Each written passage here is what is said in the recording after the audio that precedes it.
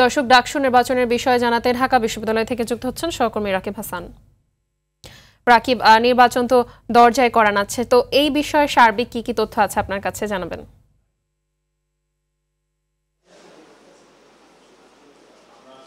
মাহবুবা, আমরা এখন দাঁড়িয়ে আছি রিটার্নিং কর্মকর্তার অফিসের সামনে। এখানে আসলে মূলত আদালতের যে রায়টি হয়েছে তা সেই বিষয়ে তারা ব্রিফ করবেন এবং সে কিছুক্ষণের মধ্যেই তারা কিন্তু ব্রিফ করবেন। এর জন্য আমরা আসলে এখানে দাঁড়িয়ে আছি এবং সকালে কিন্তু ছাত্র দলের প্যানেল থেকে এখানে রিটার্নিং কর্মকর্তার অফিসে আসেন এবং তাদের পূর্ণাঙ্গ যে প্যানেল নিয়ে এসে তারা আসলে 1 ঘন্টার মতো তারা হলো আলোচনা করেন।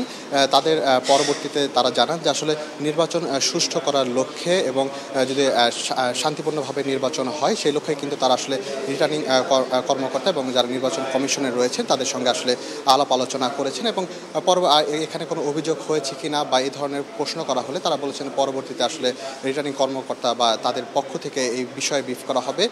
এছাড়া আসলে যে সোশ্যাল প্ল্যাটফর্মে এক নারীকে যে ধর্ষণের হুমকি দেওয়া হয়েছিল তাকে কিন্তু 6 মাসের জন্য বহিষ্কার করেছে বিশ্ববিদ্যালয় প্রশাসন।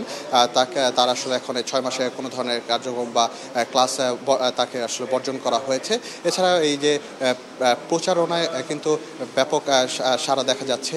যারা প্রার্থী রয়েছে তারা কিন্তু ভোটারদের দ্বারে দ্বারে যাচ্ছেন, তাদের আসলে ইস্তেহার বা তাদের প্রত্যাশার কথা তুলে ধরছেন এবং যারা ভোটার রয়েছেন তারাও বলছেন যে আসলে একজন নেতা, এমন নেতা তারা বেছে নেবেন যারা আসলে শিক্ষার্থীর জন্য কথা বলবে, কোনো লেজর ভিত্তিক রাজনীতির দ্বারা প্রভাবিত হবে না। তো ডাকসু নির্বাচন নিয়ে এই ছিল আমার কাছে সর্বশেষ তথ্য। মাহবুবা, ধন্যবাদ আপনাকে।